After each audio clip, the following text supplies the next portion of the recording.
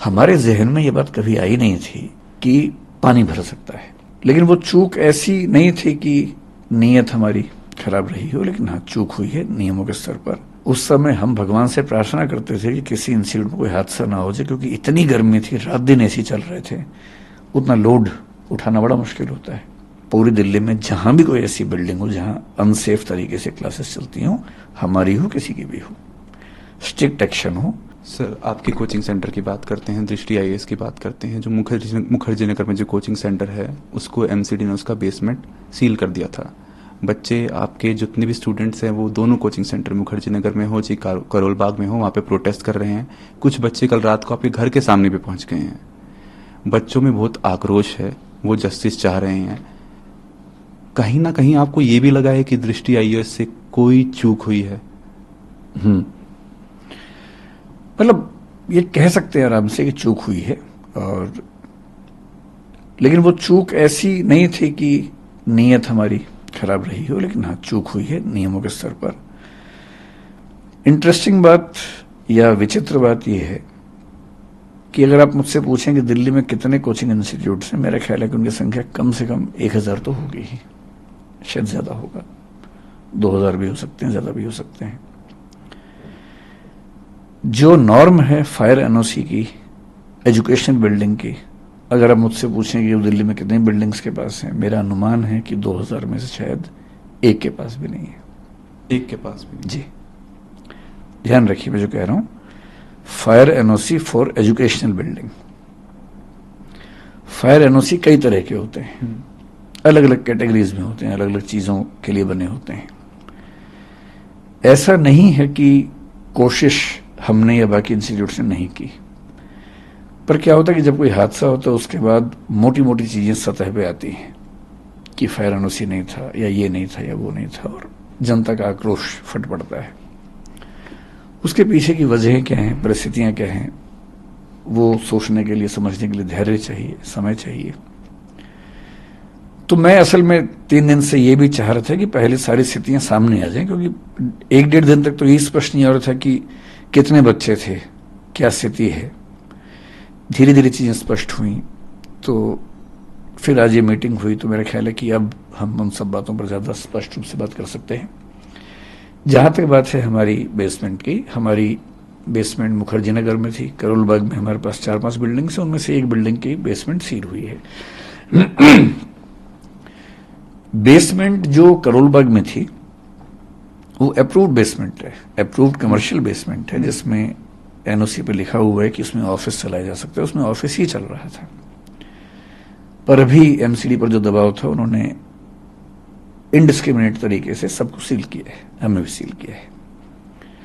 नेहरू विहार में जो बेसमेंट थी, जिसको लेकर काफी ज्यादा शोर हुआ, दरअसल क्या होता है कि जैसी बेसमेंट की बात आई तो सबके मन में बेसमेंट की एक इमेज बन गई है, एक छवि बन गई है। छवि ऐसी है कि एक छोटी सी बेसमेंट है, उसमें कुछ बच्चे बैठे हुए हैं, एक ही दरवाजा है, अगर वो बंद हो जाएगा तो क्या होगा। एकदम जायज बात है। जो नेहरू विहार की बेसमेंट थी वो किसी घर की बेसमेंट नहीं थी, वो एक कमर्शियल मॉल है, उसकी बेसमेंट है, बहुत बड़े आकार की बेसमेंट है। उसमें 1 नहीं 2 नहीं 7 एग्जिट हैं, 7 एग्जिट आपस में कनेक्टेड हैं। उसमें क्लासरूम्स थे, हर एक क्लासरूम के अंदर मैप लगे हुए हैं कि किसी भी इमरजेंसी में आप कहां कहां से बाहर निकल सकते हैं। हमारे स्टाफ के जितने मेंबर्स हैं उन सब की ट्रेनिंग वहां पर लगातार होती है। फायर डिपार्टमेंट की मॉक ड्रिल्स वहां पर लगातार स्टाफ के साथ होती हैं। मैं अपने होशो हवास में ये बात कह रहा हूं कि हमें 3 दिन पहले जो इंसिडेंट हुआ उसके पहले ये एहसास था कि वो बेसमेंट शायद दिल्ली के सबसे सेफ इंफ्रास्ट्रक्चर्स में से एक है, क्योंकि जहां तक फायर की बात है, और वो बिल्डिंग बनी है नेशनल बिल्डिंग कोड के जो लेटेस्ट प्रतिमान है उनके हिसाब से, क्योंकि बिल्डिंग हाल ही की बनी हुई 10-12 साल पहले की बिल्डिंग है। जब वो बिल्डिंग बनी, क्योंकि हम उसके मालिक नहीं है, हम उसके टेनेंट हैं, जो उसके मालिक हैं, जब हमने उनसे पूछा, क्योंकि पिछले 1-2 साल से ये प्रोसेस ज्यादा हुआ शुरू, हमने उनसे पूछा कि क्या आपके पास अथॉरिटी है, उन्होंने कन्वेंस डीड की कुछ चीजें अंडरलाइन करके दी, जो उन्होंने हाई कोर्ट में भी दिखाई। हाई कोर्ट में इस पे 1-1.5 साल से केस भी चल रहा है। डीडीए और एमसीडी के बीच में कुछ कन्फ्यूजन्स हैं, कई चिट्ठियां एमसीडी ने लिखी हैं, कई डीडीए ने जवाब दिए हैं। अब कोर्ट में कल फिर उसकी अर्ली हियरिंग होने वाली है, उसमें वो बात भी आने वाली है 28 अगस्त को, वरना वो हियरिंग थी ही 28 अगस्त को, फैसला वैसे भी होने वाला था कि ये अलाउड है या नहीं, उसके बाद हम शायद हटते ही। और पिछले 1 साल में हमने अपने स्टूडेंट्स को न केवल क्लास में मैंने बताया कई बच्चों को, अब जो एकदम लेटेस्ट वाले बच्चे उनको छोड़ दें, क्लास में जा जाके सबको बताया कि ऐसा हो सकता है कि हमें इसकी परमिशन ना मिले, उस केस में हम शिफ्ट करेंगे। यहां तक कि उनसे आज से करीब 1 साल पहले की बात होगी, उनसे हमने ऑनलाइन एक फॉर्म भरवाया कि उस केस में वो कहाँ जाना पसंद करेंगे, करोलबाग जाना पसंद करेंगे, यहाँ रहना पसंद करेंगे, या अभी तय नहीं कर पा रहे हैं, बाद में तय करेंगे। वो डेटा हमारे पास पूरा है कि उन बच्चों ने 1 साल पहले क्या क्या वोट भरा, और सहमति ये थी कि अभी सरकार में वो हाईकोर्ट में केस चल रहा है, जैसे उस पर कोई निश्चित निष्कर्ष आएगा उसके बाद हम उस तरह से काम करेंगे। हमें ऐसा लगता था कि जो चिंता ज्यादा फायर की है, और ऐसा पिछले साल हुआ भी था, दिल्ली में एक घटना हुई थी, कुछ साल पहले सूरत में हुई थी, अभी गुजरात में 2 घटनाएं और घटी हैं कि गेमिंग जोन में अचानक आग लगी। दिल्ली में जिस तरह की गर्मी इस साल थी, उस समय हम भगवान से प्रार्थना करते थे कि किसी इंस्टीट्यूट में कोई हादसा ना हो जाए, क्योंकि इतनी गर्मी थी, रात दिन एसी चल रहे थे, उतना लोड उठाना बड़ा मुश्किल होता है।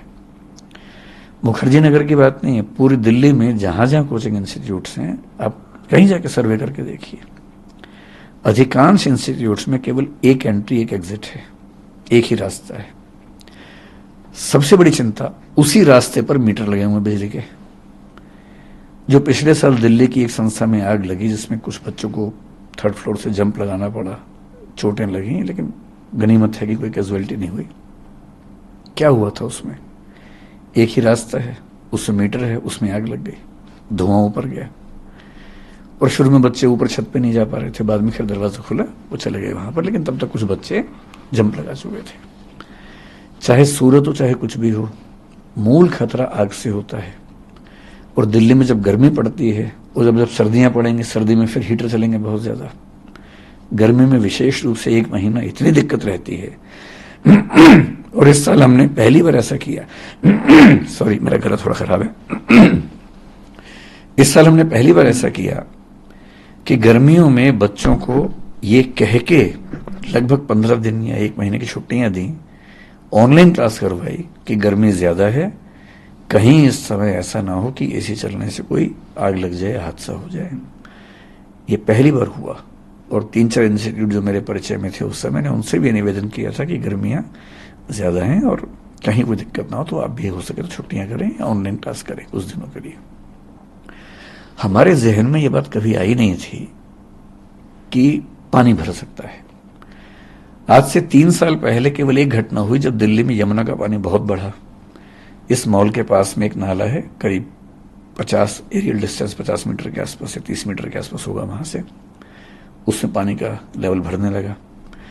जैसे उसमें पानी का लेवल भरने लगा, हमने अपने इंस्टीट्यूट में 7 दिन की छुट्टी कर दी कि जब तक ये नीचे नहीं जाएगा हम क्लास नहीं लेंगे। 7 दिन छुट्टी हुई, ऑनलाइन क्लास चली, बच्चे वहां चले गए। 3 दिन पहले जो घटना घटी उसके बाद पहली बार हमें ये रियलाइजेशन हुआ कि कहीं ऐसा भी तो हो सकता है। ये हमारे जहन में कभी नहीं आया था। और मैं एमसीडी का तहे दिल से शुक्रिया करता हूं कि उन्होंने सीलिंग कर दी है। और मैं चाहूंगा कि पूरी दिल्ली में जहां भी कोई ऐसी बिल्डिंग हो जहां अनसेफ तरीके से क्लासेस चलती हों, हमारी हो किसी की भी हो, स्ट्रिक्ट एक्शन हो, लेकिन एक पॉलिसी सरकार की तरफ से बन जाए, जो पॉलिसी मतलब क्लियर कट हो, ट्रांसपेरेंट हो। जैसे भी फायर सर्टिफिकेट को लेकर बड़ी दिक्कत है। आप फायर डिपार्टमेंट से सर्टिफिकेट जब मांगते हैं, पहली बात तो सीधे इश्यू नहीं करते, वो कहते हैं कि आप एमसीडी के थ्रू आओ, डीडीए के थ्रू आओ। आज की मीटिंग में ये प्रस्ताव भी रखा गया और आज फायर डिपार्टमेंट ने कहा कि हमें ऐसी व्यवस्था बनाएंगे कि सीधे हमसे आप सर्टिफिकेट ले सकते हैं। फायर डिपार्टमेंट से सर्टिफिकेट मिलता भी है तो उस पर क्लियर क्या लिखा होता है, क्योंकि वो बिल्डिंग कमर्शियल है तो कमर्शियल सर्टिफिकेट है। एमसीडी कहती है कि एजुकेशनल सर्टिफिकेट चाहिए। एजुकेशनल बिल्डिंग का certificate to the best of my knowledge Delhi में एक भी प्राइवेट संस्था के पास नहीं है, केवल कॉलेज, यूनिवर्सिटी, स्कूल को मिलता है।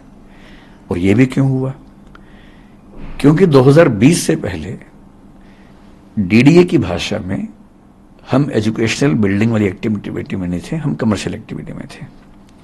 कोचिंग इंस्टीट्यूट्स जीएसटी के हिसाब से आज भी कमर्शियल एक्टिविटी है, और इसलिए जो जीएसटी में हमारा टैक्स जमा होता है वो कमर्शियल कोचिंग नाम से होता है, तो हम कमर्शियल एक्टिविटी हैं। कमर्शियल एक्टिविटी का मतलब है कमर्शियल बिल्डिंग में हम काम कर सकते हैं, हम वहाँ काम करते थे। जिस मॉल की बात आप कर रहे हैं उस मॉल के मालिक ने मुझे कई बार ये विश्वास दिलाया है कि कमर्शियल मॉल के तौर पर इसके पास एनओसी है। कैसे है? कन्वेंस डीड में लिखा हुआ है, DDA is giving the conveyance deed on the basis of the fire clearance received from the fire department. लेकिन बेसमेंट के पास पूरी क्लैरिटी ऐसी नहीं थी। इसका क्या जवाब दिया उन्होंने कि 2018 में जब एफएआर के रूल्स चेंज हुए, फ्लोर एरिया रेशो बोलते हैं, जब रूल्स चेंज हुए तो एडिशनल एफएआर उनको मिला है, और एडिशनल एफएआर के लिए उन्होंने डीडीए में अप्लाई किया हुआ है कमर्शियल एफएआर बनाने के लिए। अगर वो कमर्शियल एफएआर है तो कमर्शियल एक्टिविटी वहां हो सकती है। We have been under this impression, और हमेशा ध्यान रखना है जब बेसमेंट को लेके हमें खूब आजकल नाराजगी है, ठीक है होनी चाहिए, हम एकदम सहमत हैं कि बेसमेंट सील हो जानी चाहिए, लेकिन दिल्ली की मेट्रो बेसमेंट में चलती है, अंडरग्राउंड ही चलती है, पालिका बाजार बेसमेंट में ही है, दिल्ली के लगभग हर मॉल में बेसमेंट में बहुत बड़े शॉपिंग कॉम्प्लेक्सेस हैं, वहां लाखों लोग शॉपिंग करते हैं वहां पर, क्योंकि वहां की जो बेसमेंट है ठीक तरीके से बनाई गई हैं। और कमर्शियल मॉल की तरफ से हमें ये बार बार आश्वासन मिला कि वो बेसमेंट उसी तरीके से बनी हुई है, और उन्होंने कहा कि हमने डीडीए में अप्लाई किया है कि हमें कमर्शियल एफएआर में इसका एनओसी मिले। अगर कमर्शियल एनओसी मिल जाता, एनओसी क्यों नहीं मिल रहा? डीडीए का मानना है कि ये काम एमसीडी का है, एमसीडी का मानना है कि काम डीडीए का है। एमसीडी ने कई पत्र डीडीए को लिखे, डीडीए ने कई पत्रों में जवाब एमसीडी को दिया, और यहां तक कहा कि हमारे पास डॉक्यूमेंट्स नहीं है, ये आपको देखना पड़ेगा। पिछली मीटिंग में हाई कोर्ट में डीडीए ने पहली बार ये कहा कि हम एमसीडी को राइट्स दे रहे हैं, और अब एमसीडी जो कल हियरिंग होने वाली, शायद उसके बाद हमें वैसे भी इशू करती, या तो परमिशन मिल जाती या वो इशू करती कि आपको ये छोड़ना पड़ेगा, तो हम छोड़ते उसको।